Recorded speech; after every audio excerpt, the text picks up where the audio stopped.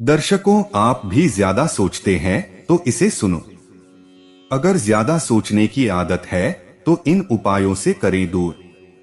ठीक दिशा में सोचना अच्छा होता है, लेकिन किसी विषय पर बहुत ज्यादा सोचकर नकारात्मक भाव की ओर बढ़ना आप में तनाव बढ़ाता है। तो दर्शकों, यह वीडियो आपके जीवन में बहुत काम आने वाला है, तो इसे ध्यान से और अंत तक जरूर सुनो और सच्चे दिल से कमेंट में जय श्री कृष्ण जरूर लिखें। दर्शकों, आपने खुद भी महसूस किया होगा कि जब किसी समस्या पर ज्यादा सोचते हैं तो अपना ही नुकसान कर रहे होते हैं। काम और ज्यादा न बिगड़े, इससे पहले हमें अपनी इस आदत पर लगाम लगाना होगा। दोस्तों ने मुझे ऐसा कैसे बोल दिया? मुझे उन्हें तुरंत बढ़िया जवाब देना चाहिए था। मुझे उन्हें अक्ल सिखानी चाहिए थी ताकि वो दोबारा ऐसा न बोलें। जब हम किसी व्यक्ति से या किसी समस्या से परेशान होते हैं तो कुछ ऐसे ही विचार हमारे मन में बार बार घूमते हैं। ये समस्याएं किसी भी मुद्दे पर हो सकती हैं। मसलन आपके करियर, परिवार या समाज, किसी भी मुद्दे पर आपको परेशानी हो सकती है। अक्सर मनुष्य जब किसी ऊहापोह में होता है या कोई ऐसी बात जो भीतर से कचोट रही है तो वह उसके बारे में बहुत ज्यादा सोचता है और तब तक सोचता है जब उसे उसका हल न मिल जाए या उसके मन की बात जिस तक पहुंचानी है उस तक न पहुंचाई जाए। ठीक दिशा में सोचना अच्छा होता है, लेकिन किसी विषय पर बहुत ज्यादा सोचकर नकारात्मक भाव की ओर बढ़ना आप में तनाव बढ़ाता है। दूसरा, आपने खुद भी महसूस किया होगा कि जब किसी समस्या पर ज्यादा सोचते हैं तो अपना ही नुकसान कर रहे होते हैं। उस वक्त जिस समय आप किसी मुद्दे पर सोच रहे होते हैं तब आप किसी और काम में मन नहीं लगा पाते, जिस वजह से आपके बाकी सारे काम बिगड़ने लगते हैं। तो ज्यादा सोचने की वजह से हमारे और आपके काम और ज्यादा न बिगड़े, इससे पहले हमें अपनी इस आदत पर लगाम लगाना होगा। खुद को खुश रखने की कोशिश करें। हमें मालूम है कि हम परेशान हैं, लेकिन परेशानी को बार बार सोचकर अपना अच्छा समय क्यों बर्बाद किया जाए। इसलिए जब किसी बात पर बहुत ज्यादा परेशान हैं और उसके बारे में बहुत ज्यादा सोच रहे हैं तो थोड़ा समय निकालकर खुद को तैयार करिए, थोड़ा नाचिए, थोड़ा टहलने के लिए बाहर निकल जाइए और अगर कुछ न मिले तो कोई कॉमेडी धारावाहिक देख लीजिए। इतना अगर आप करेंगे तो उस पल के लिए आप अपनी समस्या भूल जाएंगे और आगे क्या करना है इसके बारे में सोचेंगे। बीती बातों को न सोचें, ऐसी बातें जो आपको दुख दे रही हैं, आपके व्यक्तित्व को नुकसान पहुंचा रही हैं। तो ऐसी बातों को बीती बातें सोचकर पीछे छोड़ देना चाहिए, क्योंकि जो बीत गई सो बात गई। बीती बातें आप में तनाव बढ़ाती हैं और साथ ही आपके काम करने की क्षमता पर भी असर डालती हैं। अपना सर्वश्रेष्ठ स्वीकार करें। आप इस बात के डर में न रहें कि आपसे क्या बेहतर तरीके से नहीं आता, बल्कि ये सोचें कि आपको सबसे अच्छे से क्या आता है। जब आप ये सोचने लगते हैं कि आप बहुत सुंदर नहीं हैं, बहुत मेहनती हैं, बहुत समर्पित नहीं हैं, तो आपका डर और बढ़ने लगता है। इसलिए बेहतर कि अपने डर या कमजोरियों पर सोचने के बजाय अपनी सर्वश्रेष्ठ क्षमता पर विचार करना चाहिए। इससे आप में आत्मविश्वास बढ़ेगा। आज में जिएं। जीवन जीने का सबसे बेहतर तरीका है कि आज में जिया जाए। जो आज है, इस पल है, उसको जिएं। अभी जो जीवन मिला है उसको खुशहाल बनाने की सोचें। जीवन में परेशानियां आती और जाती रहती हैं, धीरे धीरे सब खत्म हो जाती हैं। कुछ भी अंतिम नहीं होता है, इसलिए परेशानियों के बारे में बहुत ज्यादा न सोचें। खुद को सुंदर बनाएं और आज में जीकर सभी को खुशहाली दें। विस्तृत दृष्टिकोण में सोचें। जब आपको कोई समस्या परेशान कर रही हो तब आप खुद से बात करें और प्रश्न पूछें कि जिस समस्या को लेकर आप इतने परेशान हैं, क्या वो अगले 5 सालों में आपके लिए कोई मायने रखेगी, या अगले 5 हफ्ते तक अगर आपको इसका जवाब मिल जाएगा तो आप खुद ही उस समस्या के बारे में सोचना बंद कर देंगे। सब कुछ आपके नियंत्रण में नहीं। सब कुछ नियंत्रित करना छोड़ दें। सब कुछ आपके बस में नहीं हो सकता। आप जिसमें बेहतर हैं उस पर ध्यान दें।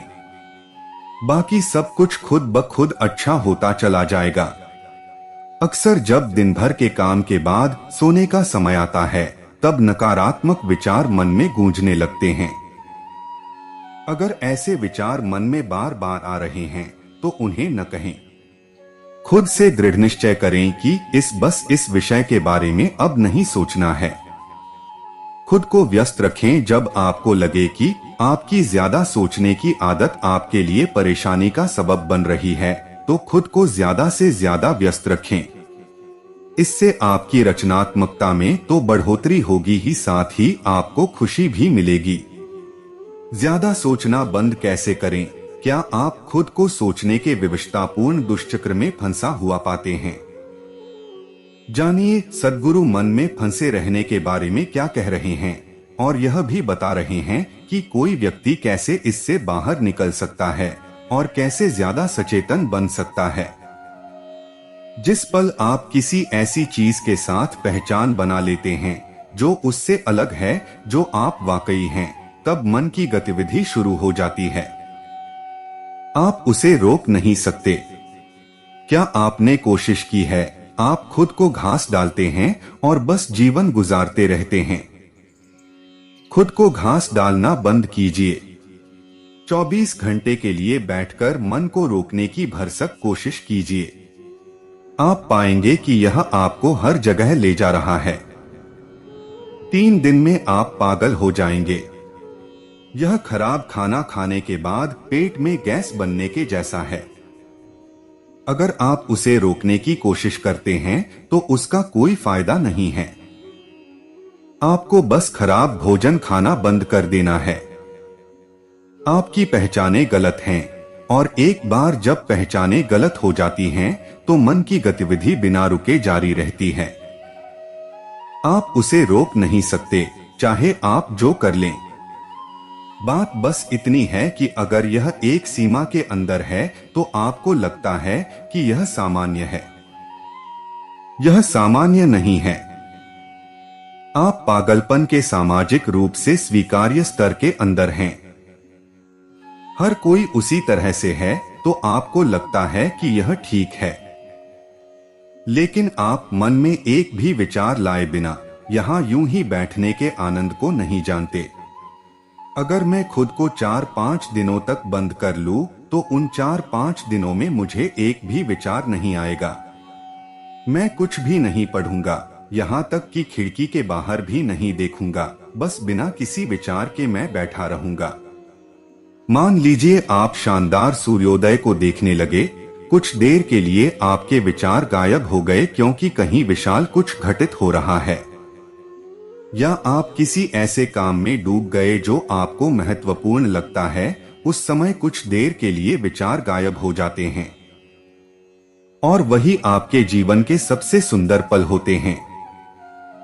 आपके भीतर जीवन का जो स्रोत कार्य कर रहा है वह विचार प्रक्रिया से कहीं अधिक विशाल घटना है।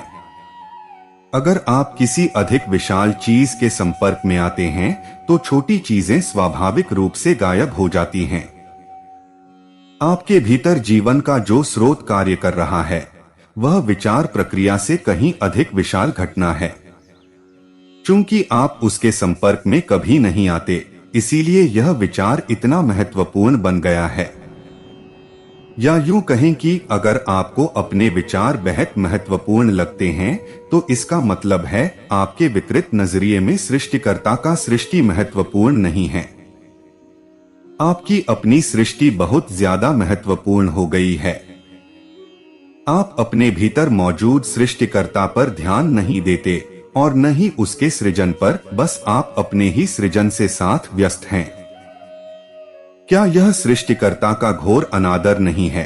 आपका ध्यान आपके अंदर मौजूद जीवन के स्रोत पर एक पल के लिए भी नहीं गया है। अगर आप यहाँ बस यूं ही बैठ पाने के आनंद को जानते, कुछ सोचते हुए या कुछ करते हुए नहीं, बस एक जीवन के रूप में, तब जीवन बहुत अलग होता। जब बात बाहरी दुनिया की आती है तो अलग अलग इंसान की काबिलियत अलग अलग होती है, लेकिन बात जब आंतरिकता की आती है तो हम सबकी क्षमता एक समान है। ऐसा इस वजह से संभव नहीं हुआ है क्योंकि आपने कभी ध्यान ही नहीं दिया है। इसलिए भी नहीं क्योंकि यह मुश्किल है या यह पहुंच से बाहर है या आप अयोग्य हैं। आंतरिक प्रकृति के लिए हर इंसान एक बराबर सक्षम है। बाहरी कार्य के लिए, चाहे आप बिल्डिंग बनाना चाहते हो या खाना पकाना चाहते हो या कोई दूसरी चीज करना चाहते हो, हम में से हर किसी की काबिलियत अलग अलग है। लेकिन बात जब आंतरिक सच्चाई की आती है तो उसमें हम सब एक समान काबिल हैं। यह एक व्यक्ति के साथ घटित हुआ है और दूसरे व्यक्ति के साथ घटित नहीं हुआ है। ऐसा सिर्फ इसलिए है क्योंकि उसने ध्यान नहीं दिया है, बस इतनी ही बात है। जो चीज आपके भीतर है उससे आपको कोई भी वंचित नहीं कर सकता। स्वयं आपके अलावा लोग इन निष्कर्षों पर पहुंच गए हैं कि आध्यात्मिक प्रक्रिया बहुत मुश्किल है क्योंकि वे गलत चीजें करते रहते हैं। बाहरी दुनिया के साथ आपको एहसास हो गया है कि जब तक आप सही चीजें नहीं करते वो काम नहीं करेंगी। यही अंदर के साथ भी सच है। किसी दिन एक यात्री पास के गांव में आया और पूछा, ईशा योग केंद्र कितनी दूर है? गांव के एक लड़के ने जवाब दिया, यह 24,996 मील दूर है। उसने कहा, क्या इतनी दूर? लड़के ने कहा, हाँ, जिस रास्ते पर आप जा रहे हैं उधर से अगर आप पीछे घूम जाएं तो यह बस 4 मील है।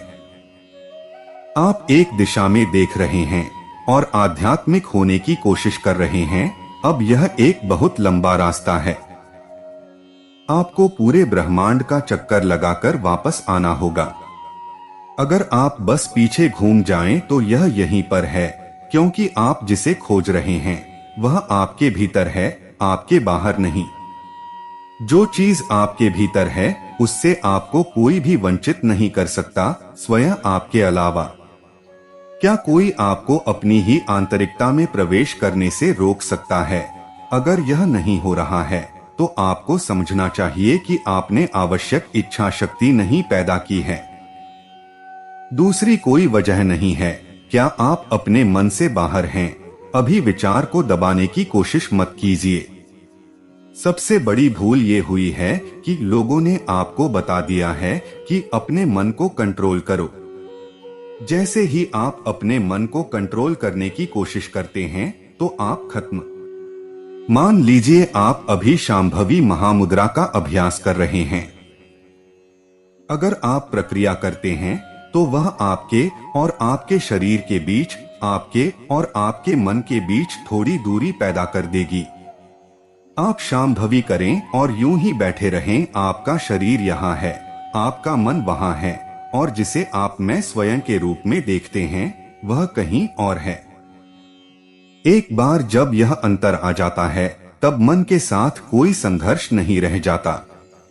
अगर कोई आपसे कहता है तुम अपने दिमाग से बाहर हो, यानी आउट ऑफ माइंड हो, तो उसे आप अपमान महसूस मत कीजिए। यह सबसे बड़ा सम्मान है जो वे आपको दे सकते हैं। एक बार जब आप मन से बाहर आ जाते हैं फिर कोई समस्या नहीं होती। अगर कोई आपसे कहता है तुम अपने दिमाग से बाहर हो, यानी आउट ऑफ माइंड हो, तो उसे आप अपना अपमान मत समझिए। यह सबसे बड़ा सम्मान है जो वे आपको दे सकते हैं। वे आपसे कह रहे हैं कि आप एक बुद्ध हैं। बुद्ध का मतलब है कि वह इंसान जो अपने दिमाग से बाहर है। लोग सोचते हैं कि दिमाग से बाहर होना पागलपन है। यह पागलपन नहीं है।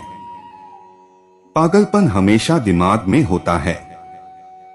अगर आप अपने दिमाग से बाहर हैं तो आप 100% समझदार होंगे। वह पागलपन का अंत है। अब आप जीवन को बस वैसा ही देखते हैं जैसा वह है। एक बार जब आप जीवन को वैसा ही देखते हैं जैसा वह है, न कि उस तरह जैसे आपका मन दिखा रहा है, तब आप देखेंगे कि हर चीज कितनी छोटी है। आपका मन जो कर सकता है, दुनिया जो कर सकती है, वह इतना नगण्य है कि आप उसके साथ जिस हद तक चाहें उस हद तक खेल सकते हैं। अगर आप नहीं चाहते तो आप बस स्वयं को पीछे खींच सकते हैं। दोनों ही कार्य सचेतन हैं। अब आप में कोई विवशता नहीं है। जिस पल आप सृष्टि के स्रोत का साक्षी बनना शुरू करते हैं, आपके अंदर की सारी विवशता चली जाती है। अब हर चीज चयन से होती है और जीवन सुंदर बन जाता है। जो हो रहा है उसके कारण जीवन सुंदर नहीं बनता, बल्कि इसलिए सुंदर बनता है क्योंकि आप वैसा करना चुन रहे हैं। कुछ भी सुंदर या भद्दा नहीं है। अगर आप उसे करना चुनते हैं और आप खुद को उसमें शामिल कर लेते हैं तो हर चीज सुंदर होती है।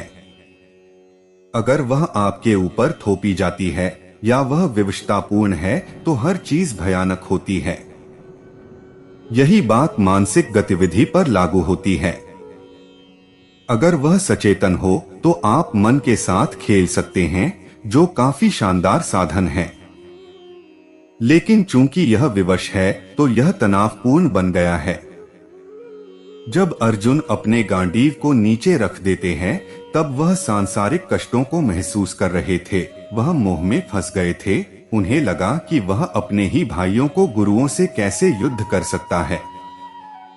अर्जुन की इस दुविधा को कृष्ण समझ चुके थे और उन्होंने अर्जुन को उपदेश देते हुए कहा कि पार्थ, मेरा और तुम्हारा बल्कि दुनिया के हर प्राणी का जन्म अपने कर्म को करने के लिए हुआ है। संसार का हर जीव कर्म को करके ही मोक्ष की प्राप्ति करता है। जो व्यक्ति अपने कर्म से बचता है या दूर भागता है, वह हमेशा नरक का भोग करता है। कर्महीन व्यक्ति संसार पर अतिरिक्त बोझ के सिवाय कुछ नहीं। इसलिए हे पार्थ, तुम अपना कर्म करो, फल की इच्छा मत करो। तुम्हारा धर्म बताता है कि तुम्हें हर उस व्यक्ति से लड़ना होगा जो बुराई है का संरक्षक है। अर्जुन कौरवों की इतनी विशाल सेना देखकर संकोची थे और कृष्ण ने इस बात को भांप लिया और बोले, हे अर्जुन, अपने कर्म को का निर्वहन करने पर कोई चिंता नहीं करनी चाहिए। यदि तुम यह युद्ध हार भी गए तो तुम वीरगति को प्राप्त होगे और स्वर्ग के अधिकारी बनोगे, और यदि जीत गए तो भी दुनिया में तुम्हारी जय जय करेगी। गीता में चिंता की तुलना चिता से की गई है। कहा गया है, चिंता और चिता में सिर्फ एक बिंदु का फर्क है। व्यक्ति को चिंता मुक्त होकर अपने कर्म करना चाहिए। धर्म को ध्यान में रखकर चलने वाला कर्मशील व्यक्ति स्वर्ग का भागीदारी होता है।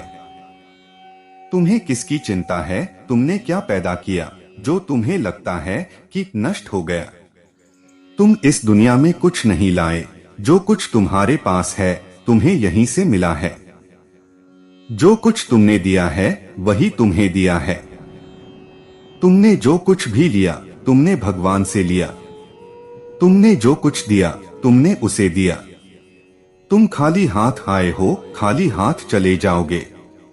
जो गुजर गया उसकी चिंता व्यर्थ है, जो आने वाला है उसकी चिंता भी व्यर्थ है। जो चल रहा है उसमें रहो। प्रभु कहते हैं कि तू व्यर्थ सोचता है, आज तेरा है, कल किसी और का था, परसों किसी और का होगा। तू क्यों इस जंजाल में फंसा है? तू माया और मोह में अपने दुखों को बढ़ा रहा है। अपना कर्म कर, मेरी तरफ आ, तुझे मोक्ष मिलेगा। अपनी भावनाओं को नियंत्रित करो। क्रोधात् भवति सम्मोह, सम्मोहात् स्मृति विभ्रम, स्मृति भ्रंशात् बुद्धिनाशो, बुद्धिनाशात् प्रणश्यति। श्री कृष्ण उपदेश देते हैं कि यदि मनुष्य अपनी भावनाओं को नियंत्रित कर ले तो वह सब कुछ जीत सकता है। वे कहते हैं, क्रोध आपको मति को हर लेता है और जो व्यक्ति धैर्यवान है वही उत्तम पुरुष है और प्रभु की कृपा उन पर होती है। क्रोध करने वाला इंसान मतिभ्रम का शिकार हो जाता है उसकी स्मृति चली जाती है और वह विनाश की तरफ चला जाता है। पूरी गीता का एक बड़ा हिस्सा भावनाओं पर आधारित है और वहां जोर दिया गया है कि मनुष्य को अपनी भावनाओं को नियंत्रित करना चाहिए। गीता आपको शांति देने के कुछ ऐसे मार्ग बताती है जिससे आप चिंता मुक्त हो जाते हैं और आपको आपके जीवन के मूल्य लक्ष्य नजर आने लगते हैं। जागृत मुनि ने हर उस व्यक्ति को महान कहा है जो फल की चिंता किए बिना सिर्फ अपना कर्म करता है और पूरा ध्यान अपने कर्म की तरफ एकाग्र कर लेता है। ऐसे व्यक्ति सिर्फ सफलता प्राप्त करते हैं। भावनाओं को नियंत्रित करने के लिए गीता क्या कहती है? गीता के अनुसार यदि इंसान के लिए सुख दुख सभी प्रकार के अनुभव उसकी भावनाओं पर आधारित होते हैं, जो इंसान अपनी भावनाओं पर नियंत्रण कर लेता है वह लाख दुखों में भी संसार का सबसे संपूर्ण और सुखी व्यक्ति बन जाता है। और जो व्यक्ति अपना धैर्य खोकर अपनी भावनाओं को नियंत्रित नहीं कर पाता वह दुनिया के सभी सुख प्राप्त करके भी दुखी और हीन भाव का शिकार होता है। गीता के अनुसार अपनी भावनाओं को नियंत्रित करने के लिए सात्विक भोजन अपनाएं, मदिरापान, अन्य व्यसनों का त्याग करें, ब्रह्मा मुहूर्त में उठने का प्रयास करें, ध्यान और योग करें, तामसी और राजस भोजन का त्याग करें, रात्रि में जागने से बचें, दिन के उजाले में आएं। क्या यह सच है कि जो हम सोचते हैं हम वही बन जाते हैं? जी हाँ, यह एकदम सच है कि जो हम सोचते हैं हम वही बन जाते हैं। हमारा व्यक्तित्व हमारी विचार सरणी का प्रतिफलन है। हमारी सोच अथवा विचार सरणी कोई वायवीय घटना नहीं, विचार ही हमारे जीवन में घटनाओं को मूर्त रूप देते हैं। यह सारी सृष्टि सृष्टा के विचार की अभिव्यक्ति है। यहाँ तक कि हमारा तन भी मन के नियंत्रण में कार्य करता है और मन विचारों का स्रोत होता है। हमारा मन विचारों के सागर में ठीक उसी प्रकार अवस्थित है जिस प्रकार एक मछली जल के सागर में हम निरंतर मन के माध्यम से विचारों का आदान प्रदान करते हैं, जैसे मछली जल को ग्रहण करती और त्यागती है। हमने जन्म जन्म जो सोचा है उससे हमारा मन एक विशेष ढंग से संस्कारित हो जाता है। फिर हम उसी कोटि के विचार आकर्षित करते हैं और अपने उन संस्कारों को और दृढ़ कर लेते हैं। व्यक्तित्वों में भिन्नता का यही कारण है। यह तो मनोवैज्ञानिक तथ्य है कि नकारात्मक विचार हमारे विभिन्न अंगों पर हानिकारक प्रभाव डालकर हमें गंभीर रोगों से ग्रस्त कर देते हैं। इसके विपरीत सकारात्मक विचार हमारे अंदर साहस और उत्फुल्लता को जन्म देकर हमें सदा स्वस्थ बनाए रखते हैं। जैसे कर्म हमारा पीछा करते हैं वैसे हमारे द्वारा सोचे गए विचार भी उपयुक्त समय पर परिपक्व होकर अपना असर दिखाते हैं। इसलिए हमें अपनी विचारधारा के प्रति सदैव जागरूक रहना चाहिए। नकारात्मकता को कतई प्रश्रय नहीं देना चाहिए और सदैव सबका हित चिंतन ही करना चाहिए, क्योंकि हमारे विचार अंततः हम ही पर लौटकर यथारूप क्रियान्वित होते हैं। इसी संदर्भ में एक अंतिम तथ्य की भी चर्चा कर लेना समीचीन होगा। दुनिया में जितनी तरह के अपराध होते हैं अथवा भले कार्य किए जाते हैं उन सब में आपका और हमारा भी परोक्ष योगदान होता है। आप पूछेंगे कैसे? तो जानिए। हमने जो भी विचार किया नकारात्मक अथवा सकारात्मक वह तिरोहित नहीं होता, अपरंच समस्त ब्रह्मांड में प्रसारित हो जाता है।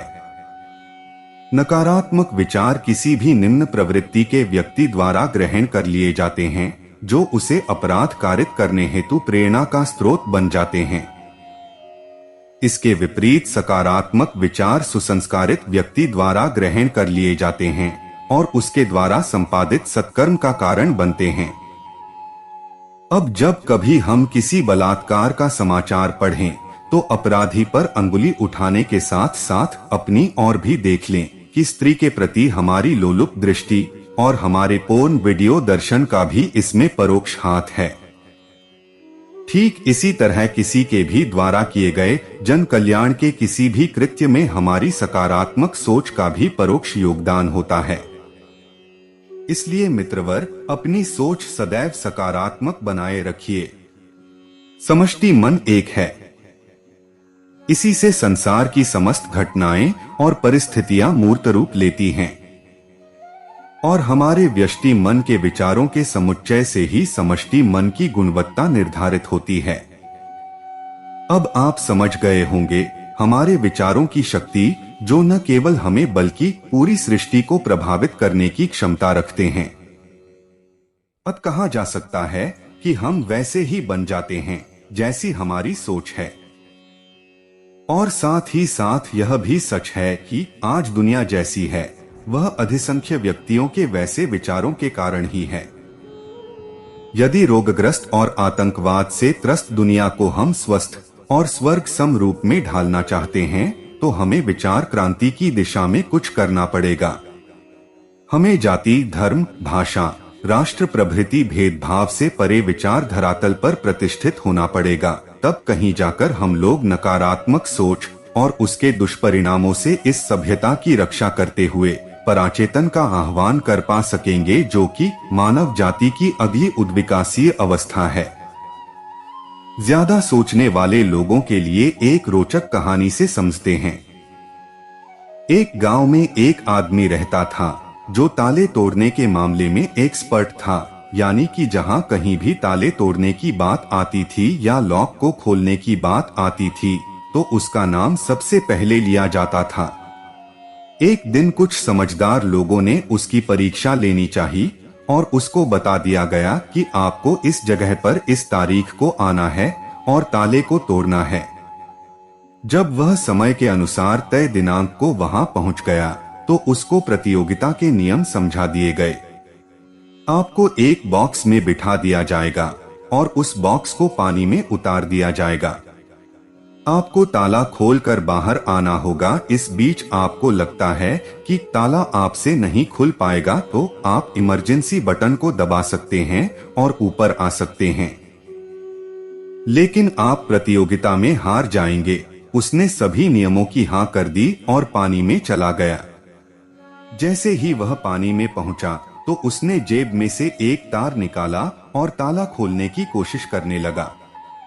4 से 5 बार कोशिश करने के बाद वह बार बार विफल हो रहा था, लेकिन उससे लॉक नहीं खुल रहा था। अब ज्यादा समय तक पानी में रहना उसके लिए और भी मुश्किल था, क्योंकि सांस रोकना आसान नहीं था। फाइनली उसने अपना पूरा दिमाग लगाया और एक बार अंतिम प्रयास किया। वह विफल हुआ और उसने इमरजेंसी बटन दबा दिया। धीरे धीरे ऊपर आने लगा। पानी के ऊपर आए बॉक्स को बाहर निकाला गया और हल्का सा धक्का देकर खोला गया। वह अचंभित हो गया कि एक बार भी मेरे दिमाग में यह ख्याल क्यों नहीं आया कि मैं इसको धक्का देकर खोलूं। हो सकता है कि ये लॉक ही ना हो। तो यही होता है, जब हम भी बहुत ज्यादा सोचते हैं तो इसका खामियाजा हमें भुगतना पड़ता है। कभी कभी ना सोचने से भी जवाब मिल जाता है। इसलिए किसी ने कहा है कि जो कुछ नहीं करते वह कमाल करते हैं। जी हाँ दोस्तों, यह बात बिल्कुल सही है। कभी कभी दिमाग को जब हम शांत रखते हैं और ठंडे दिमाग से सोचने की कोशिश करते हैं तो हमें बेहतर समाधान मिल जाता है। धैर्य रखो, सब ठीक होगा। धैर्य रखना जरूरी क्यों है, यह जानने से पहले यह विचार करना होगा कि धैर्य क्या है। एक सोच, एक विचार या एक अवधारणा। आइए जानने का प्रयास करते हैं कि धैर्य क्या है। धैर्य पर विचार जरूरी है। धैर्य या धीरज का आशय है कि जहां हम हैं, जिस स्थिति में हैं, अगर वह मनोनुकूल ना भी हो तो हम बेचैन न हो। वहां से बाहर निकलने की तत्परता तो हो, परंतु शीघ्रता न हो। कठिन समय को इस मंशा के साथ व्यतीत करना कि समय आने पर सब ठीक हो जाएगा, या फिर जो कुछ भी छिपा हुआ है एक दिन स्वतः हमारे समक्ष उपस्थित हो जाएगा। प्रतीक्षा करने वाला व्यक्ति ही धैर्यवान होता है। धैर्य मन का वह गुण है जिसके होने से मनुष्य विपत्ति के समय भी विचलित नहीं होता है। धैर्य कठिन परिस्थितियों में भी व्यक्ति की सहन शक्ति की अवस्था है। ऐसी अवस्था जो व्यक्ति के मन को क्रोध अथवा खीज जैसी अवगुणों के प्रभाव से बचाती है। यह नकारात्मकता के पहले की अवस्था है जो मनुष्य के सहन शक्ति के स्तर को दर्शाता है। दीर्घकालीन समस्याओं से घिरे होने के कारण व्यक्ति को जो कष्ट, दबाव या तनाव का सामना करना पड़ता है, इन विषम परिस्थितियों से बाहर निकलने के लिए धैर्य की जरूरत होती है। यह गुण मनुष्य को मानसिक रूप से मजबूत बनाता है। धैर्य रखना जरूरी है क्योंकि यह ऐसा सवारी है जिस पर सवार होकर शांत भाव से सवारी कीजिए तो यह आपको कभी भी गिरने नहीं देगा। यह सवाल को कभी कोई नुकसान नहीं होने देगा। आपकी महत्वाकांक्षाओं एवं संसार में उपलब्ध हर भौतिक संसाधनों से आपको चोट पहुंच सकती है, किंतु धैर्य की सवारी आपको कभी चोट नहीं पहुंचा सकती। धैर्य की सवारी करते करते आप में विवेक जागृत होता है और विवेक योजना का सृजन करता है। फिर समयांतराल में योजना कार्य में प्रवृत्त हो जाता है। योजनाबद्ध तरीके से किया गया कार्यों का परिणाम हमेशा सकारात्मक है। यह ऐसा फल है जिसका स्वाद कड़वा होता है लेकिन अत्यंत लाभकारी है। धैर्य ही ऐसी शक्ति है जो मानव के आत्मा को सबल बनाता है। किसी कार्य के प्रारंभ से लेकर प्रतिफल प्राप्त होने तक धीरज रखना महत्वपूर्ण हो जाता है। जो धैर्यवान होते हैं उन्हें वह सब कुछ हासिल होता है जिसके लिए वह प्रयासरत होते हैं। मनुष्य के जीवन में धैर्य का होना जरूरी है। धैर्यवान होना एक विशेषता है। धैर्य को धारण किए रहना सरल नहीं है, पर धैर्यवान को अनेक प्रकार से इसका लाभ होता है। धैर्यवान होना एक विशेषता है और इसे विकसित होना चाहिए। हम जो अपना आंतरिक संतुलन खोते हैं वो इसलिए खोते हैं क्योंकि हमारा मन भटक जाता है। यह एक अवधारणा है, इसे धारण करना चाहिए। जब हमारा मन धैर्य के नींव पर टिक जाता है तो फिर उसका अभाव मिट जाता है। धैर्यवान होने का अर्थ सरलता के साथ कार्य करना और परिणाम आने का इंतजार करना है। उतावलापन का आशय जल्द से जल्द परिणाम पाने की कोशिश करना है। प्रत्येक मनुष्य को धैर्य के साथ ही किसी भी काम को पूरा करना चाहिए। किसी भी काम में जल्दबाजी करना त्रुटिपूर्ण होता है। जल्दबाजी के चक्कर में नुकसान उठाना पड़ सकता है। किसी भी काम को करने में जल्दबाजी नहीं करनी चाहिए। धैर्यशीलता का आशय हर परिस्थिति में संभाव बनाए रखना होता है।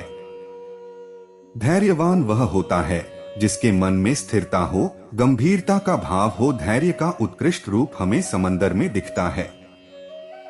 अथाह जलराशि वाले सागर का बहाव इतना धीमा होता है कि देखने वाले को पता ही नहीं चलता, जबकि उतावलापन यानी अधीरता उथली नदियों के बहाव की भांति है।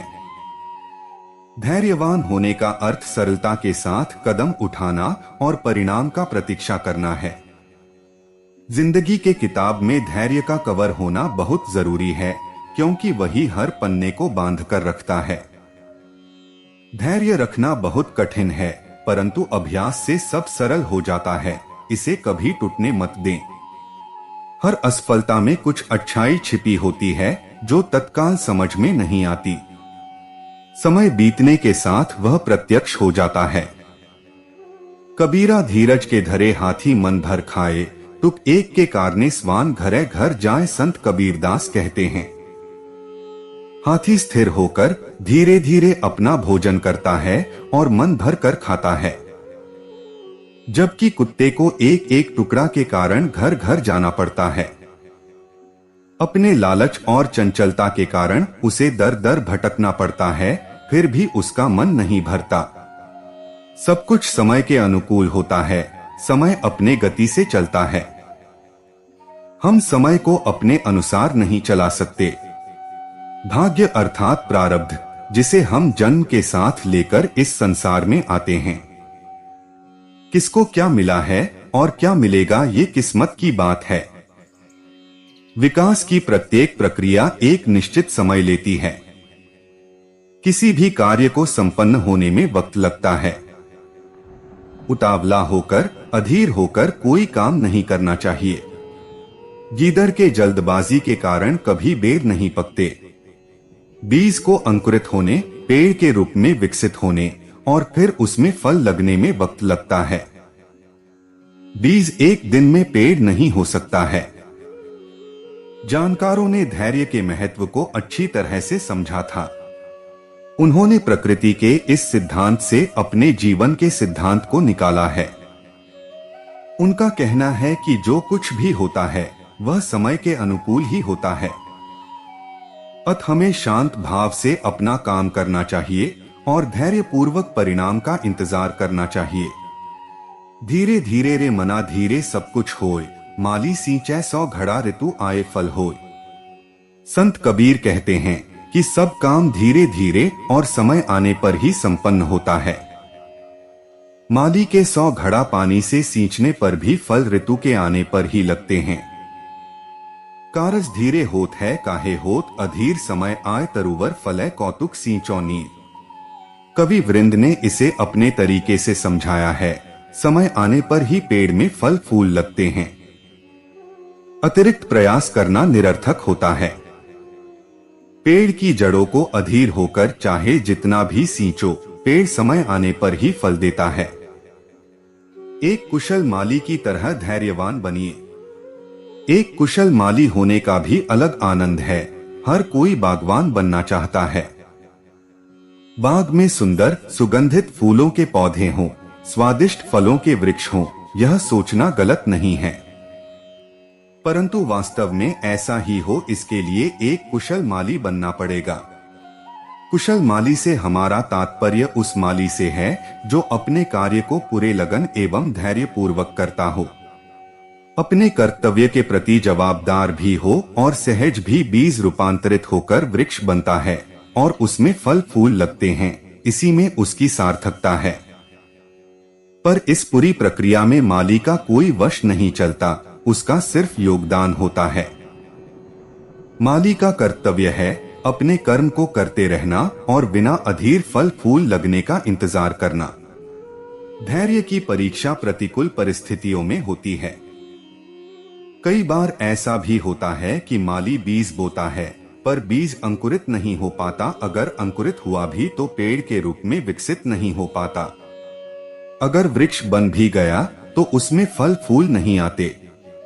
जीवन में कई बार ऐसा होता है कि हमें किसी कार्य विशेष का अपेक्षित परिणाम नहीं मिल पाता है। कई बार ऐसा होता है कि सब कुछ करने के बाद भी अगर सफलता ना मिले तो मन निराश हो जाता है। ऐसी परिस्थिति में हम असहज होने लगते हैं और हमारा धैर्य टूटने लगता है। सफलता के लिए धैर्य रखना जितना जरूरी है, असफलता के बाद उसे अधिक धैर्य रखने की जरूरत है। जैसे सोना अग्नि में चमकता है, वैसे ही धैर्यवान विपत्ति में दमकता है। हर असफलता में कुछ अच्छाई छिपी होती है, वो तुरंत नहीं दिखती। धैर्य रखने से समय उसे अवश्य दिखाता है।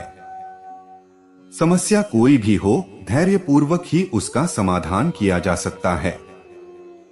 यह सहनशीलता की ऐसी अवस्था है जो व्यक्ति के कार्य व्यवहार को नियंत्रण में रखता है।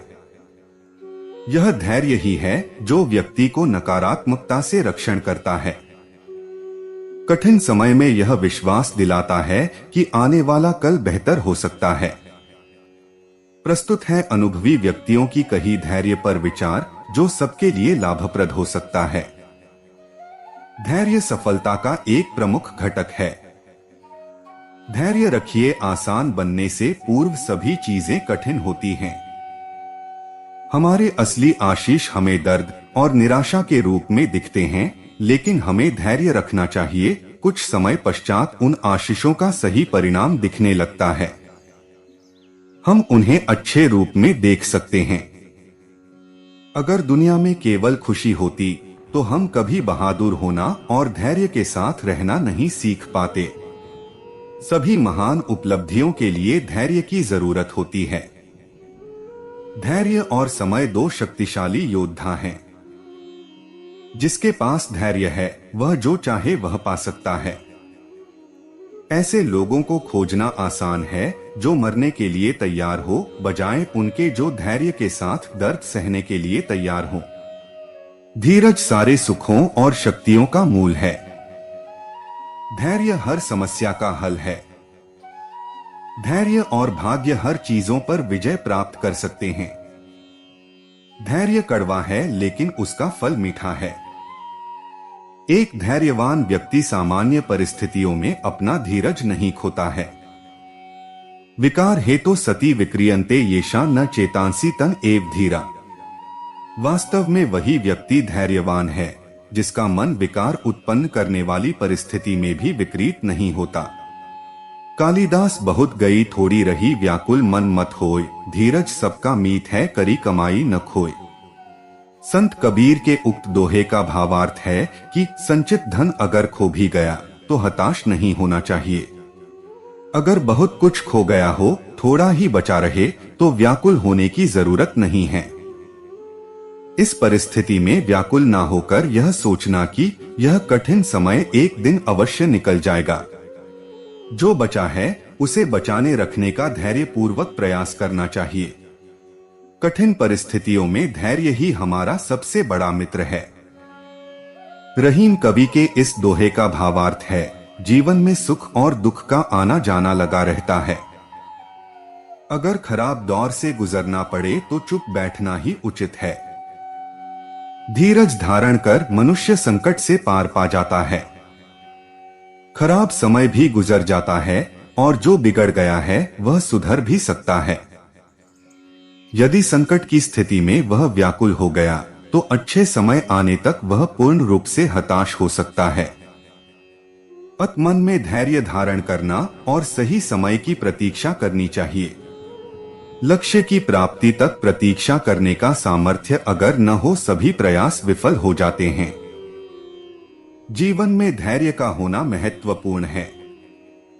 मनुष्य के जीवन में कर्म महत्वपूर्ण है। अगर आपके कर्म अच्छे हुए हैं तो उसके परिणाम भी अच्छे होंगे। हमें पूरी श्रद्धा एवं धैर्य के साथ कर्म में प्रवृत्त रहना चाहिए। सतत प्रयत्नशील रहना चाहिए। आज के समय में हमारे जीवन शैली में जो बदलाव हुए हैं, इसके कारण हमारी जरूरतें बढ़ी हैं और इन जरूरतों को पूरा करने के प्रयासों में भी वृद्धि हुई है। परंतु जीवन के इस आपाधापी में धैर्य रखने की प्रवृत्ति में ह्रास होता जा रहा है। आज के समय में धैर्य रखना कोई सरल कार्य नहीं रह गया है और इसका प्रमुख कारण है जीवन में ध्यान का न होना। अगर सफलता के लिए धैर्य महत्वपूर्ण है, धैर्य पर विचार जरूरी है, तो मन की स्थिरता के लिए जीवन में ध्यान का होना भी जरूरी है। ध्यान के अभ्यास से मन शांत और स्थिर हो जाता है और शांत एवं स्थिर मन में धैर्य को धारण करना सरल हो जाता है। ध्यान और धैर्य जीवन रूपी नैया के दो पतवार हैं। नदी पार करते समय नाविक के दोनों हाथों में दो पतवार होते हैं। एक छोर से दूसरे छोर तक नाव को ले जाने के लिए वह दोनों हाथों से पतवारों को चलाता है। केवल एक का प्रयोग करने से नाव आगे नहीं बढ़ती। ऐसे में नाव मझधार में ही फंस जाएगा। मनुष्य के जीवन रूपी नाव के एक ध्यान रूपी और दूसरा धैर्य रूपी दो पतवार हैं। मनुष्य अगर केवल ध्यान करे और धैर्य न रखे तो कभी ध्यान हो नहीं सकता। प्रतीक्षा के बिना कर्म नहीं होता। केवल कुछ पाने की शीघ्रता यानी बिना किए कुछ पाने की आकांक्षा व्यर्थ है। आज बिना किए कुछ मिल जाए या थोड़ा प्रयास से अधिक पाने की इच्छा से सभी ग्रस्त हैं। यह अधीर होने की परिणाम है। उसी प्रकार केवल धैर्य रखने से, प्रतीक्षा करने से भी कुछ प्राप्त नहीं हो पाता। प्रतीक्षा के साथ साथ कार्य के प्रति लगन भी होना चाहिए। धैर्य बिना ध्यान के व्यर्थ है।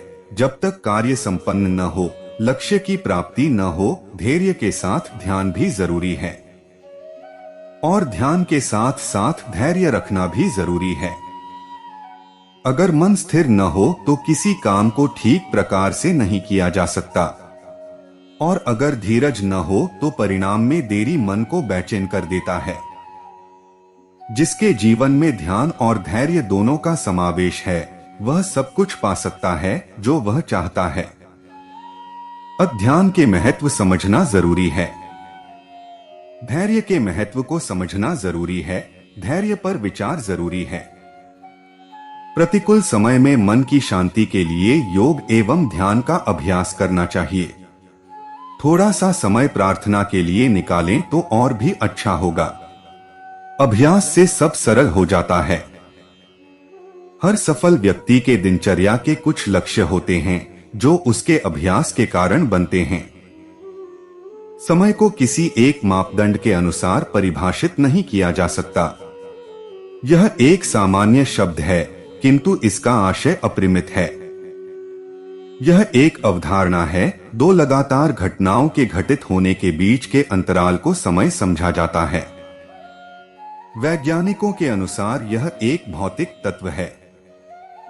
यह गति और बलों की क्रियाओं से उत्पन्न होता है।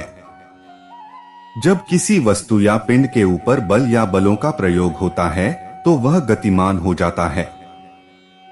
फलस्वरूप उसके स्थिति में परिवर्तन होता है। इस कार्य के घटित होने के अंतराल को समय समझा जाता है। विभिन्न विधियों, मापदंडों के आधार इसकी गणना की जाती है। वैदिक मापदंड के अनुसार एक सूर्योदय से दूसरे सूर्योदय के बीच के अंतराल को दिवस या दिन कहा जाता है। एक दिवस में 60 घड़ी होते हैं और एक घड़ी में 60 पल होते हैं। समय के वर्तमान मानक के अनुसार एक पल 24 सेकेंड के बराबर होता है। 60 सेकेंड में 1 मिनट और 60 मिनट में 1 घंटा होता है। इस आधार पर एक दिवस में 24 घंटे होते हैं। दिनों के समुच्चय महीना और महीनों का समुच्चय साल या वर्ष होता है। एक वर्ष 12 महीनों का बताया गया है। दार्शनिक दृष्टि से जिसे हम समय कहते हैं, वह हमारे मस्तिष्क की समझ मात्र है। ओशो ने चेतना को ही समय के बोध का कारण बताया है। ओशो के अनुसार पदार्थ के 3 आयाम हैं: लंबाई, चौड़ाई और ऊंचाई। ये 3 दिशाएं हैं जिनमें सभी वस्तुएं आ जाती हैं। लेकिन आत्मा की एक और दिशा है जो वस्तुओं में नहीं है। वह जो दिशा है, चेतना की दिशा है, वह समय है। यह जो समय है, अस्तित्व का चौथा आयाम है। अगर हम चेतना को अलग कर लें तो दुनिया में सब कुछ होगा, सिर्फ समय नहीं होगा। सूरज निकलेगा, चांद निकलेगा, लेकिन समय जैसी कोई चीज नहीं होगी, क्योंकि समय का बोध ही चेतना है। इन वाक्यों पर विचार करने पर यह ज्ञात होता है कि हमारे जीवन में समय का गहन प्रभाव पड़ता है। जो मनुष्य अचेतावस्था में हो, उसे समय का बोध कैसे हो सकेगा? समय ईश्वर का एक ऐसा विधान है जो सर्वाधिक महत्वपूर्ण है, बहुमूल्य है। यह एक ऐसी चीज है जो कभी स्थिर नहीं होती, निरंतर गतिशील बनी रहती है। समय कभी किसी के वश में नहीं होता, यह कभी किसी के लिए नहीं रुकता। समय, जिसे हम काल, वक्त भी कहते हैं, इसके 3 अवस्थाएं होती हैं। जो बीत गया हो वह भूतकाल, जो चल रहा है वह वर्तमान और आने वाला वक्त भविष्य कहलाता है। जो काल गुजर जाता है वह अतीत है और अतीत से अनुभव आता है। कल क्या होगा, कौन सी घटना घटित होगी, यह कोई नहीं जानता। भविष्य अनिश्चितताओं से भरा होता है। जो चल रहा होता है वही महत्वपूर्ण है। विवेकवान व्यक्ति सदैव समय का कद्र करता है। वह समय का सदुपयोग करना जानता है। वह वर्तमान के साथ चलते हुए भविष्य की ओर अग्रसर रहता है। वैसे समय प्रत्येक को समान अवसर देता है। जीवन में सफल होना समय के सदुपयोग में ही निहित है। काल करे सो आज कर, यह जो वक्त है बहुमूल्य है। पर इसका मोल इसके बीत जाने पर ही पता चलता है। इसका दुरुपयोग करने वाले को दुख और पछतावा के सिवा कुछ नहीं मिलता। निम्नांकित गीत की पंक्तियां हमें यही सीख देती हैं। जो कल करना है जो आज कर ले, जो आज करना है सो अब कर ले। जब चिड़िया ने चुग खेत लिया तो पछतावे क्या होत है। उठ जाग मुसाफिर भोर भयो, अब रैन कहां जो सोवत है। जो सोवत है वो खोवत है, जो जागत है वो पावत है। वर्तमान को जाया करने वाले और भविष्य के सदुपयोग का योजना बनाने वाले टाल मटोल के अभ्यस्त हो जाते हैं। उनका आज कल में बदल जाता है और फिर आने वाला कल फिर कभी आता ही नहीं। आज का काम कल पर छोड़ना सर्वथा अनुचित होता है। ऐसा करने वाला आलसी और अकर्मण्य व्यक्ति का जीवन व्यर्थ हो जाता है। संत कबीरदास समय के महत्व को समझाते हुए कहते हैं कि जो काम कल करना है उसे आज ही कर लो, और जो आज करना है उसे अभी कर लो, क्योंकि कब क्या घटित हो जाएगा कोई नहीं जानता है। बहुत कुछ करना है, इस छोटे से जीवन में पल भर में जीवन खत्म हो जाएगा, फिर तुम क्या कर पाओगे। काल करे सो आज कर, आज करे सो अब, पल में परलय होएगा बहुरी करेगा कब। समय के सदुपयोग के लिए प्रत्येक को निश्चित दिनचर्या बना लेना चाहिए। जो जिस उम्र में है, जिस अवस्था में है, उसी के अनुरूप दिनचर्या बना लेना चाहिए। जन्म और मृत्यु के बीच का जो अंतराल है, जिसे हम उम्र कहते हैं, यह समय ही तो है। इस बहुमूल्य संपदा का उपयोग हर हाल में करना चाहिए। 8, 18, 28, 38 और 48 उम्र के इस समीकरण को ठीक तरह से समझ लेना चाहिए। जन्म लेने के पश्चात 8 के उम्र तक व्यक्ति को पूरा लाड़ प्यार का अधिकार होता है। इस अंतराल में वह दूसरों पर निर्भर होता है। इस अंतराल में उसके साथ जैसा व्यवहार होगा वैसा ही संस्कार उसके अंदर आता है। 8 के बाद स्वयं को अनुशासित करने का प्रयत्न का आरंभ हो जाना चाहिए। स्वयं को भौतिक रूप से आत्मनिर्भर बनाने की तैयारी 8 से 18 के उम्र में कर लेना चाहिए। शिक्षा, दिशा, कला, कौशल, उचित अनुचित का अर्थ समझने और जानने के लिए यह अंतराल सर्वाधिक महत्वपूर्ण है। 18 से 28 के अंतराल में पूर्ण रूप से आत्मनिर्भर होकर गृहस्थ जीवन में प्रवेश करना चाहिए। जीवन यापन करने के लिए कार्य में लग जाने का यह उपयुक्त अंतराल है। 28 से 38 और फिर 48 का तक का अंतराल पूरे मनोयोग से पारिवारिक और सामाजिक दायित्वों के निर्वहन का है। इन दायित्वों का निर्वहन करते हुए स्वयं को जानने का प्रयास भी होना चाहिए। इसके बाद का अंतराल पूरे मनोयोग से जीवन का उद्देश्य क्या है, इसे जानने और प्राप्त करने में लगा देना चाहिए। शास्त्रों में उम्र के इसी काल को वानप्रस्थ कहा गया है। वानप्रस्थ से संन्यास यानी मुक्ति का मार्ग प्रशस्त होता है, जिसे प्राप्त करना जीवन का मूलभूत उद्देश्य है। जो पूरे मनोयोग से ऐसा कर पाते हैं उनका जीवन आनंद से भर जाता है। बीता हुआ वक्त कभी लौटकर नहीं आता। जो वक्त के मायने को नहीं समझते वे जीवन के दौड़ में पीछे रह जाते हैं। वक्त का सदुपयोग करने वाले उन्नति के पथ पर आगे बढ़ते रहते हैं। जो ऐसा नहीं करते वे जीवन भर पछताते हैं। वैसे अकर्मण्य व्यक्ति के लिए गीतकार शैलेंद्र की ये पंक्तियां सटीक ज्ञान देती है। जीवन में ऐसा भी समय आता है जब व्यक्ति को विपरीतताओं से गुजरना पड़ता है। उन्हें भी विपरीत परिस्थितियों से गुजरना पड़ा है जिन्होंने हमेशा वक्त का सदुपयोग किया है। वक्त जब अच्छा हो तो थोड़े प्रयास से ही अधिक मिलने लगता है। पुरानी कहावत है कि समय बलवान तो गधा पहलवान। समय अगर विपरीत चल रहा तो धैर्य नहीं खोना है। विपरीत परिस्थितियों में धैर्य सबसे बड़ा मित्र है। ज्ञानियों ने कहा भी है कि कठिन वक्त में ही धैर्य और धर्म की परीक्षा होती है। कबीर कहते हैं कि काल करे सो आज कर, आज करे सो अब, पल में प्रलय होएगा बहुरी करेगा कब। इन पंक्तियों पर गहराई से विचार की जरूरत है। और अगर उल्टी बांसी बजाया जाए तो दूसरा स्वर सुनाई पड़ता है। दूसरी पंक्तियां सामने प्रकट होती हैं। आज करे सो कल कर, कल करे सो परसों, अभी करके क्या करोगे, अभी तो जीना है बरसों। अधिकांश लोग इन पंक्तियों को ही सार्थक करने में लगे रहते हैं, ख्याली पुलाव बनाने में लगे रहते हैं और समय का दुरुपयोग करते रहते हैं। चुनाव आपका, निर्णय भी आपका, जीवन भी आपका और समय भी आपके लिए ही है।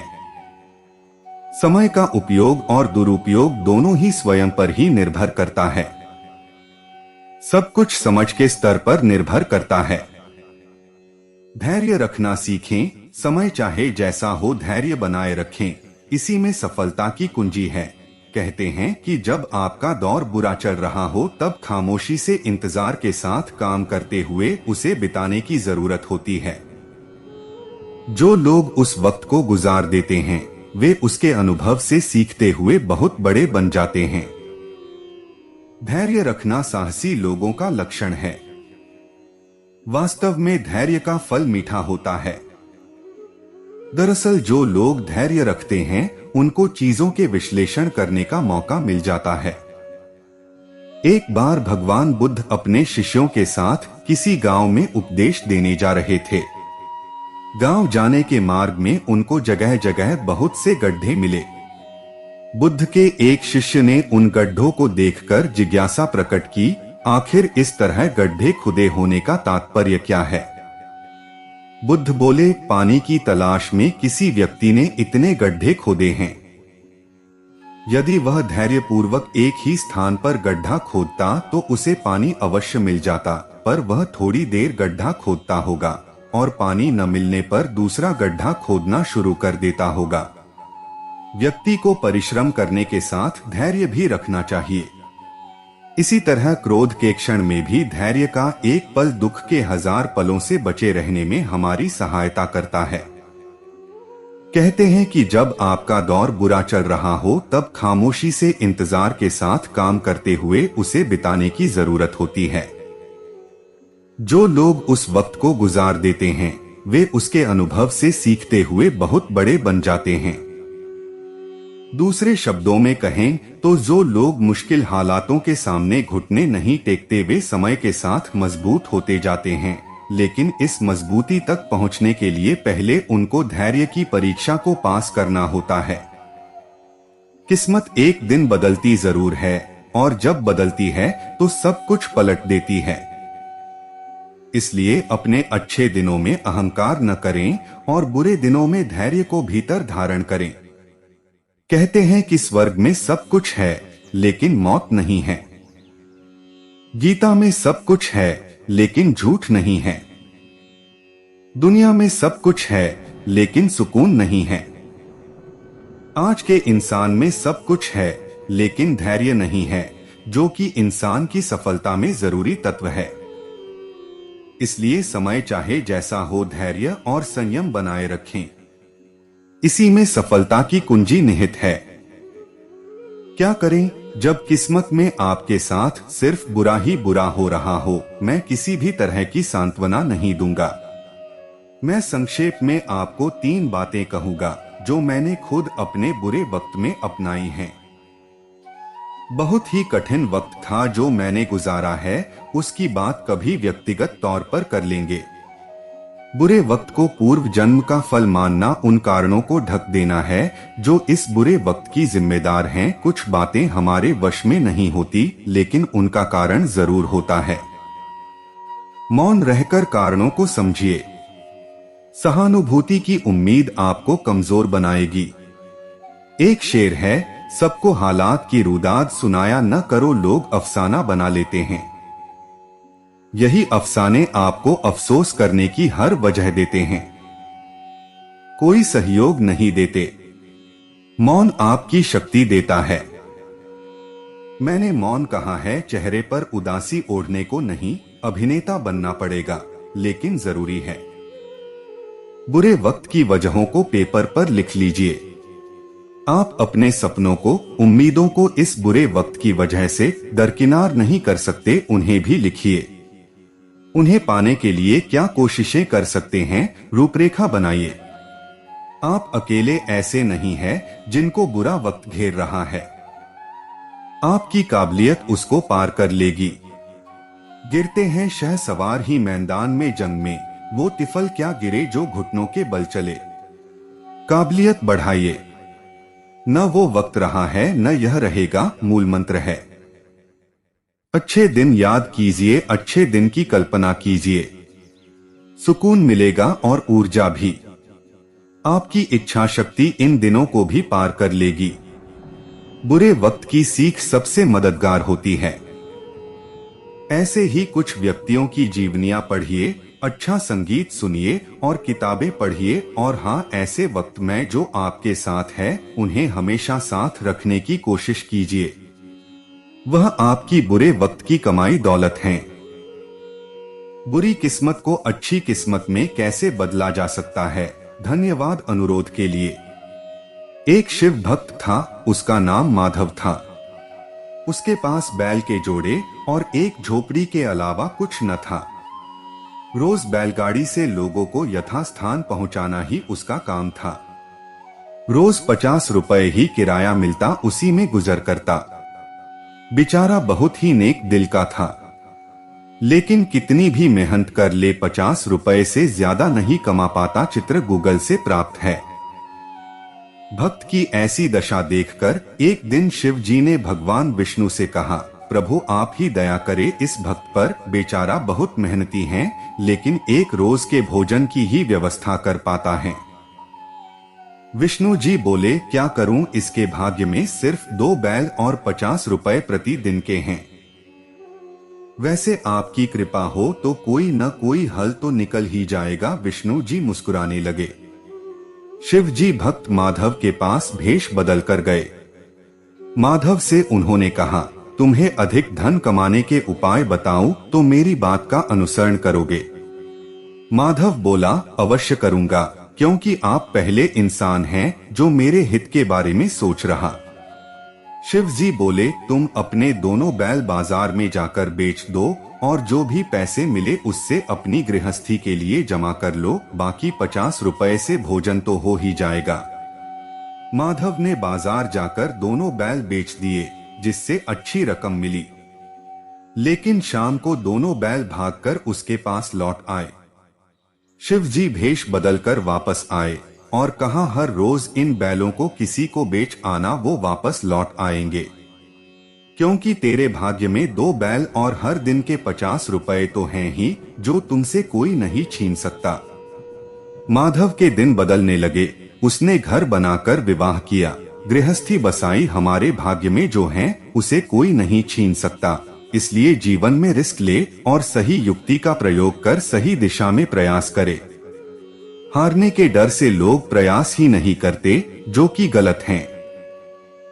जितने भी अमीर लोग हैं, रिस्क लिए और मेहनत के बल पर कुछ कर दिखाए।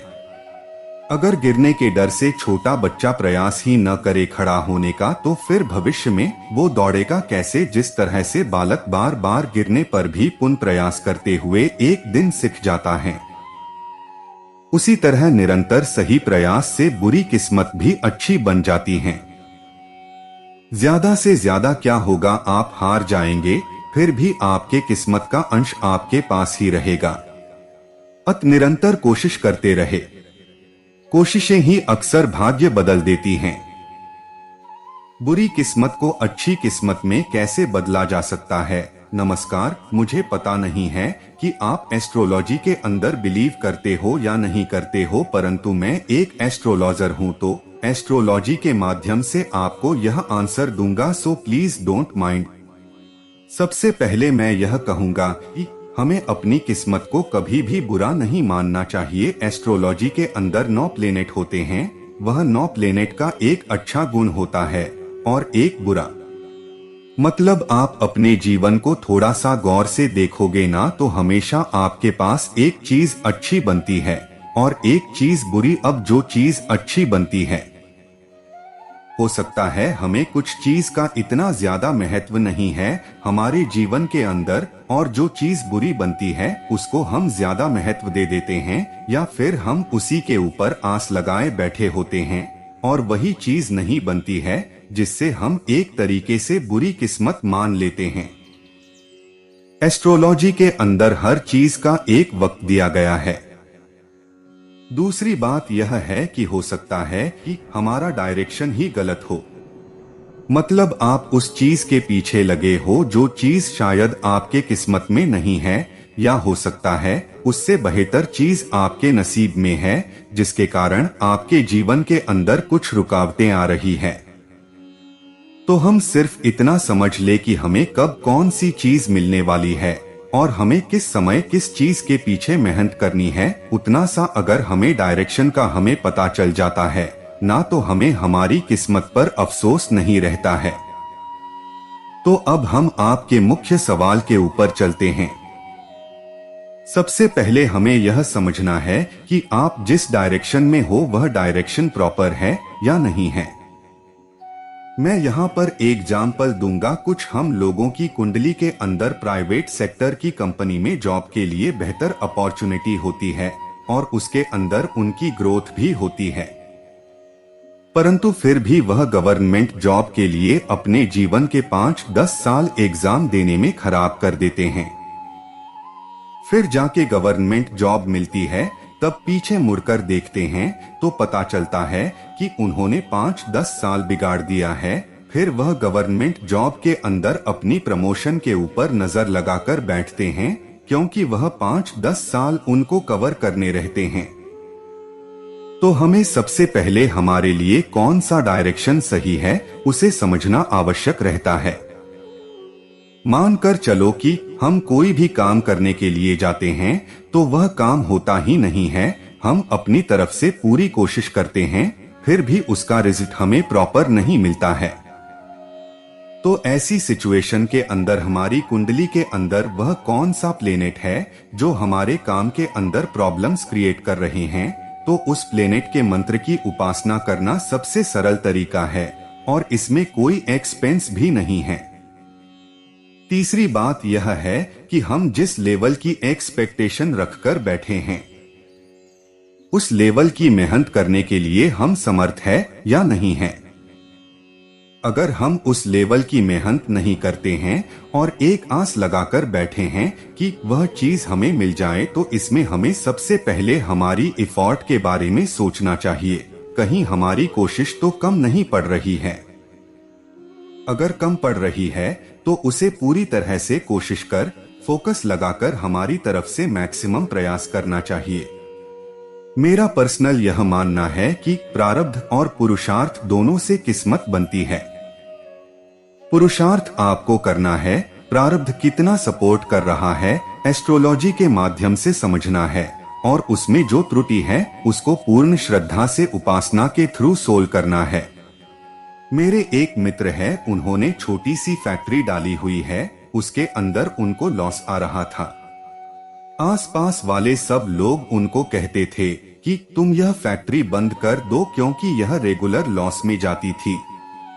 लेकिन उसका एक ही चीज के ऊपर दिमाग रुक गया था कि जैसे जैसे दिन बीत रहे हैं वैसे वैसे उसका सेलिंग बढ़ रहा है, लेकिन सेलिंग बढ़ने से ही लॉस आ था। तो उसने एक ही जगह पर फोकस किया कि लॉस कहां से आ रहा है। उस चीज को उसने सर्च किया और उसके अंदर बदलाव लाने का प्रयत्न किया। उसका प्रयत्न भी सफल होगा, लेकिन इस पूरे सफर के अंदर उन्होंने अपनी प्रॉपर्टी भी बैंक के अंदर गिरवी रख दी थी। फिर फाइनली जब उनको समय ने सपोर्ट करना शुरू किया और उनकी कोशिश तो लगातार थी, दोनों चीजें जब साथ में मिली, प्रारब्ध और पुरुषार्थ, उनकी फैक्ट्री चलने लगे और आज की डेट में उनके पास काफी सारी प्रॉपर्टी भी है। तो बस अगर हमारा डायरेक्शन सही होता है और हमारा पुरुषार्थ, हमारा प्रारंभ, तीनों चीजें साथ में मिलती है तो किस्मत काम करती है। आपको थोड़ा सा धैर्य रखने की आवश्यकता है और आप जिस काम को कर रहे हो और जिसके अंदर आपको सफलता नहीं मिल रही है तो उसका रीजन ढूंढिए, कहां पर प्रॉब्लम आ रहा है।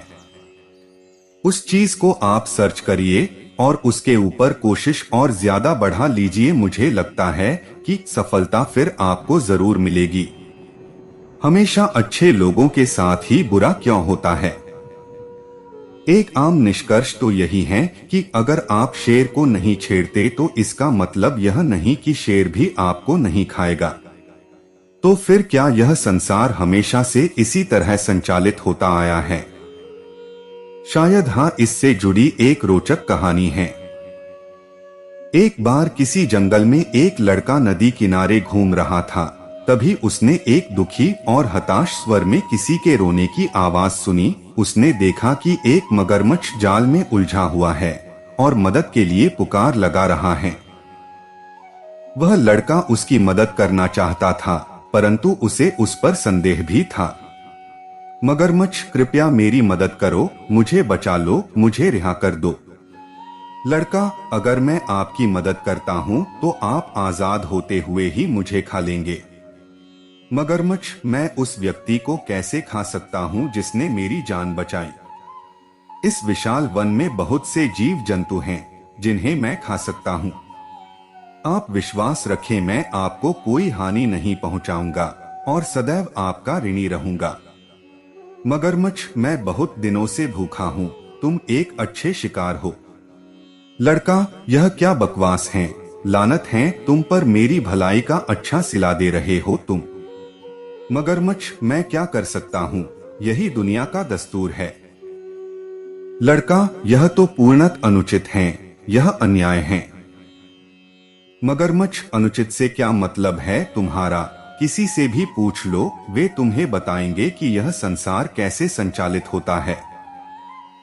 अगर वे मुझे गलत साबित करते हैं तो मैं तुम्हें जाने दूंगा। लड़के ने पास के पेड़ पर एक पक्षी को देखा और उससे पूछा, क्या आपको लगता है कि मगरमच्छ की हरकतें उचित हैं? क्या यही दुनिया का तरीका है? अन्याय से भरा हुआ वह पक्षी पूरी घटना को देख रही थी। उसने तुरंत जवाब दिया कि मगरमच्छ सही हैं। उसने बताया कि कैसे उसने बहुत मेहनत से एक घोंसला बनाया और अपने अंडे दिए, और फिर एक दिन एक सांप ने आकर सारे अंडे निगल लिए और उसकी मेहनत बेकार चली गई।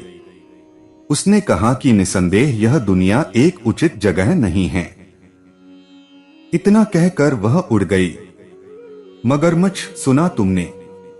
लड़का, रुको। गधा, दुर्भाग्य से मगरमच्छ सही है।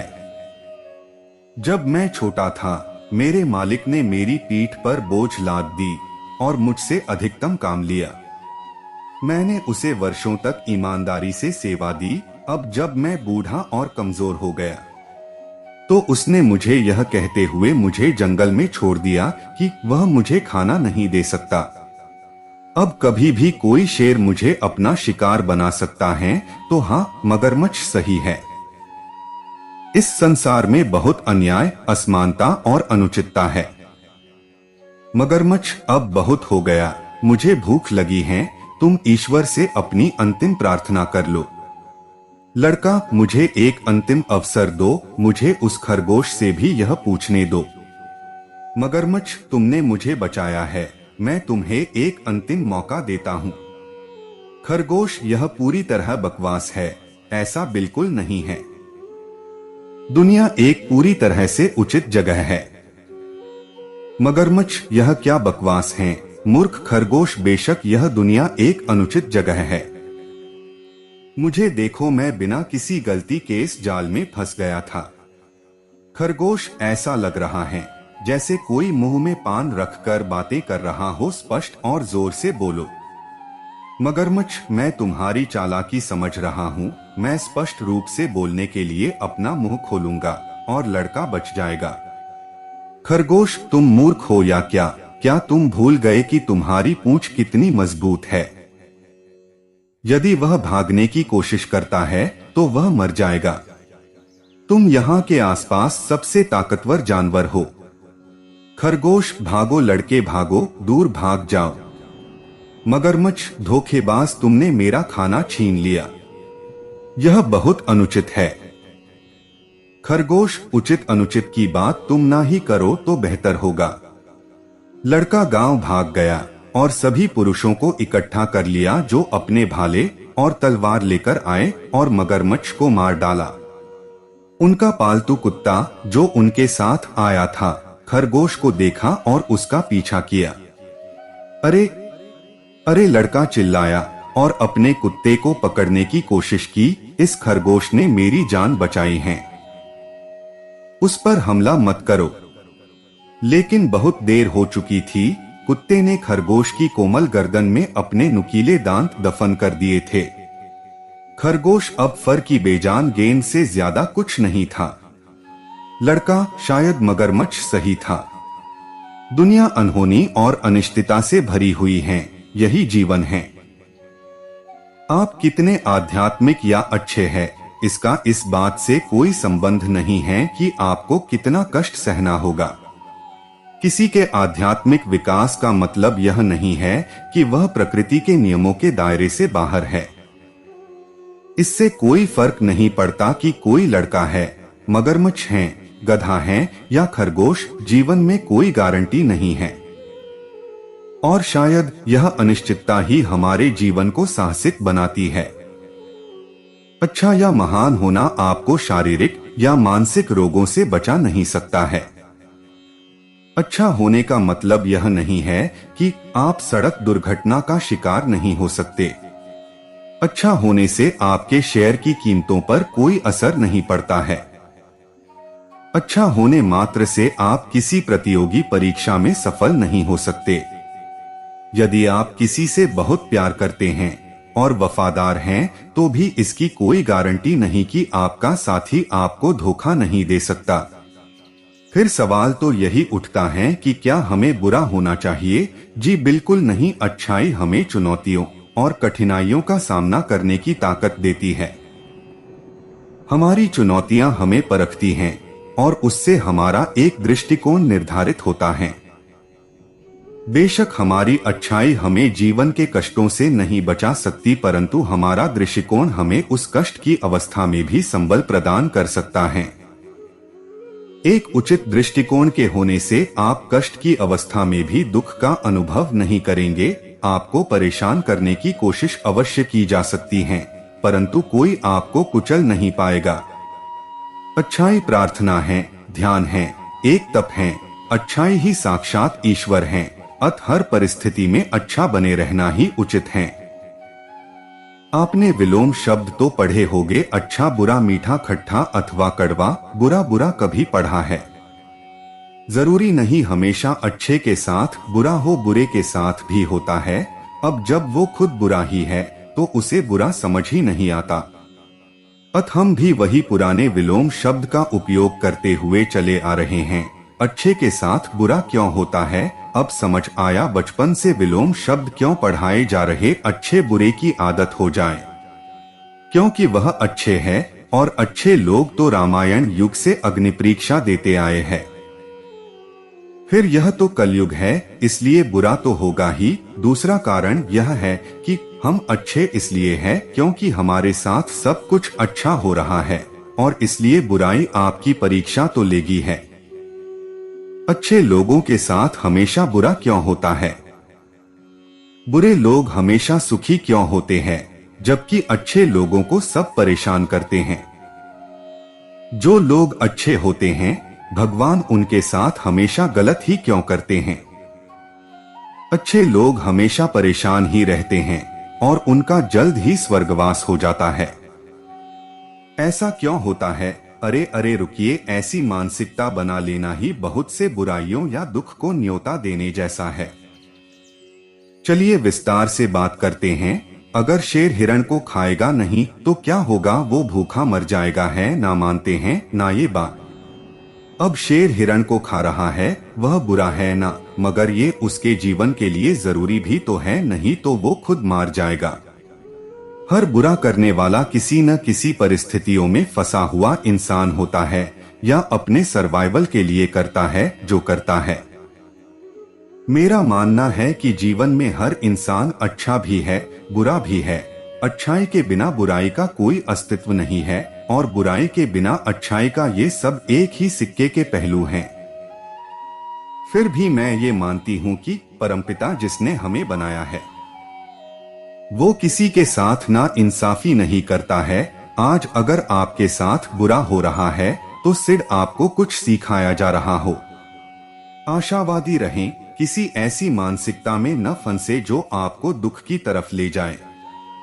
धन्यवाद। जवाब सही लगे तो फॉलो और शेयर करें। अच्छे लोगों को धोखा और दर्द मिलने का कारण विभिन्न हो सकते हैं, लेकिन कुछ मुख्य कारण हैं जो इस स्थिति का कारण बन सकते हैं। भाग्य कभी कभी बुरे लोगों के साथ अच्छा होता है और अच्छे लोगों के साथ बुरा होता है। इस स्थिति में भाग्य का एक महत्वपूर्ण भूमिका होती है। लोगों की निजता। अच्छे लोग धोखा खाने के लिए ज्यादातर उन लोगों से संबंधित होते हैं जो वास्तव में खुश नहीं होंगे। यह लोग दो चेहरों वाले होते हैं जो अपनी सच्ची भावनाओं को छिपाते हैं और दूसरों को चलाते हैं। समय कभी कभी अच्छे लोगों को धोखा इसलिए मिलता है क्योंकि वे गलत समय पर गलत लोगों के साथ संबंध बनाते हैं। इस स्थिति में समय का एक महत्वपूर्ण भूमिका होती है। व्यक्तिगत विशेषताएं। अच्छे लोग कुछ खूबियां होती हैं, जैसे कि उन्होंने धोखे की सोच तक नहीं की होती है जो उन्हें आसान शिकार बना देती है। जीवन में हर समय अच्छे और बुरे दोनों लोग होते हैं। वास्तव में बुरे लोगों के साथ अच्छा होता है और अच्छे लोगों के साथ बुरा होता है, यह भी संभव है। अच्छे लोग अपने स्वभाव के अनुसार अच्छा होते हैं, उन्हें दूसरों की मदद करना पसंद होता है और वे दूसरों के साथ समझदारी से बर्ताव करते हैं। लेकिन कुछ समय दूसरे लोग उनके साथ धोखा या बुराई करते हैं। ये लोग आमतौर पर खुद केवल अपने ही हित को ध्यान में रखते हैं और दूसरों के साथ दया और समझदारी से नहीं बर्ताव करते हैं। बुरे लोगों के साथ बुरा होने के अलावा अच्छे लोगों के साथ बुरा होने के कई अन्य कारण हो सकते हैं। ये कारण व्यक्तिगत, सामाजिक, आर्थिक, स्वास्थ्य से संबंधित भी हो सकते हैं। इसलिए हमेशा अच्छे लोगों के साथ ही बुरा नहीं होता है। मैंने हमेशा अनुभव किया है कि अच्छे इंसान के साथ ही बुरा क्यों होता है। ऐसा अनुभव करना सामान्य है कि अच्छे इंसान के साथ बुरा होता है। यह कुछ मुख्य कारणों से हो सकता है। अधिक आदर। अच्छे इंसानों को अधिक आदर और मान्यता मिलती है, इसलिए उनसे अधिक उम्मीदें रखी जाती हैं। जब उनमें गलती या कोई बुरा काम दिखाई देता है तो हम उनकी इस गलती को अधिक प्रमुखता देते हैं और उनकी अच्छाई को भूल जाते हैं। निराशा। जब अच्छे इंसानों द्वारा कोई बुरा कर्म किया जाता है तो हमें निराशा महसूस होती है क्योंकि हम उनसे ऐसा कुछ अपेक्षा नहीं करते थे। इस तरह की निराशा हमें ज्यादातर बुरे इंसान के साथ नहीं होती है क्योंकि हमने उनसे कोई उम्मीदें नहीं रखी होती हैं। प्रतिक्रिया। जब अच्छे इंसान को बुरा कर्म करते हुए देखा जाता है तो हमारी प्रतिक्रिया ज्यादा तेज हो सकती है। हम आश्चर्यजनक और निराशाजनक हो सकते हैं, जो बुरे इंसान के साथ होने वाली प्रतिक्रिया से भिन्न होती है। हालांकि यह एक व्यक्ति के आचरण और संवेदनशीलता की एक बारे में आम धारणा है और सभी व्यक्ति इस धारणा के तहत नहीं आते हैं। इसलिए हमेशा सावधान रहें और एक व्यक्ति को सिर्फ उसके कर्मों और आचरण के आधार पर मूल्यांकन न करें। इस दुनिया में अच्छे लोगों के साथ बुरा और बुरे लोगों के साथ अच्छा क्यों हो रहा है? इस दुनिया में अच्छे लोगों के साथ बुरा और बुरे लोगों के साथ अच्छा क्यों हो रहा है? कहते हैं अच्छी आत्माओं की रक्षा खुद भगवान करते हैं, तो क्यों उन्हें इस दुनिया में बुरी आत्माओं से कहीं ज्यादा कष्ट उठाने पड़ते हैं? अच्छी आत्माओं की रक्षा भगवान करते हैं, यह सही है। वे बुरी आत्माओं से अधिक कष्ट उठाते हैं, यह भी सही है। कारण इसका यह है कि अच्छी आत्माएं परमात्मा द्वारा मोक्ष हेतु चयनित होती हैं। परमात्मा करुणावश समस्त जन्मों के कर्मों का फल इसी जन्म में भुगतान करा के उन्हें कर्म फल के निस्तारण हेतु होने वाले जन्म मरण के चक्कर से मुक्त कर देता है। इसके विपरीत बुरी आत्माओं को इसी संसार चक्र में फंसाए रखने के लिए परमात्मा उन्हें हर संभव सांसारिक सुख सुविधाएं प्रदान कर आत्मज्ञान की अभीप्सा के योग्य नहीं रहने देता और वे अपनी अपनी वृत्ति के अनुसार अगले जन्म में पुन कुकर शुकर के शरीर प्राप्त करते हुए फिर से 84 के फेर में पड़ जाते हैं।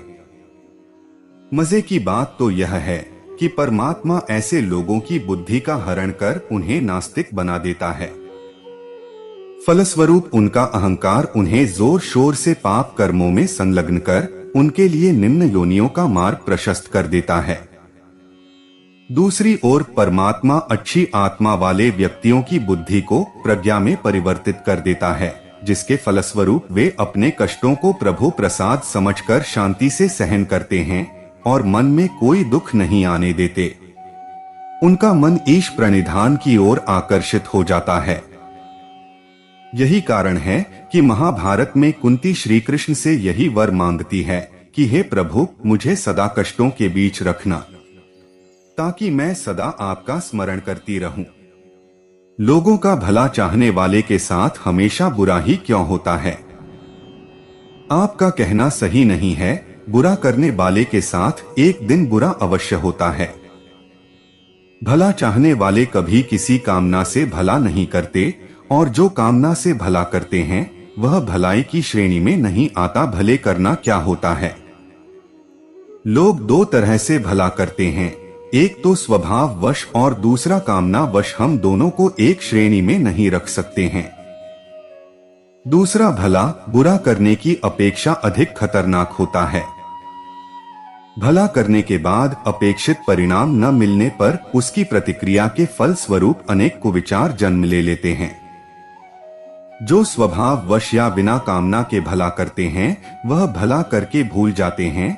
उनको अच्छे बुरे से कुछ लेना देना नहीं होता।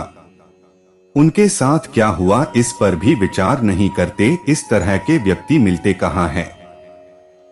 होते हैं तो उनको जान पाना, खोज पाना दुरूह होता है। वह प्रचार से दूर कहीं दुबके रहते हैं।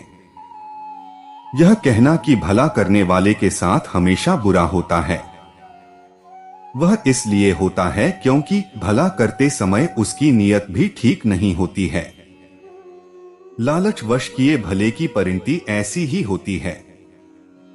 तो प्रिय दर्शकों, उम्मीद करता हूं कि आपको वीडियो पसंद आया होगा और आप हमारे चैनल पर नए हो तो वीडियो को लाइक और चैनल को सब्सक्राइब जरूर करें। आपके एक लाइक से ही हमें प्रेरणा मिलती है और हम मोटिवेट होते हैं। धन्यवाद।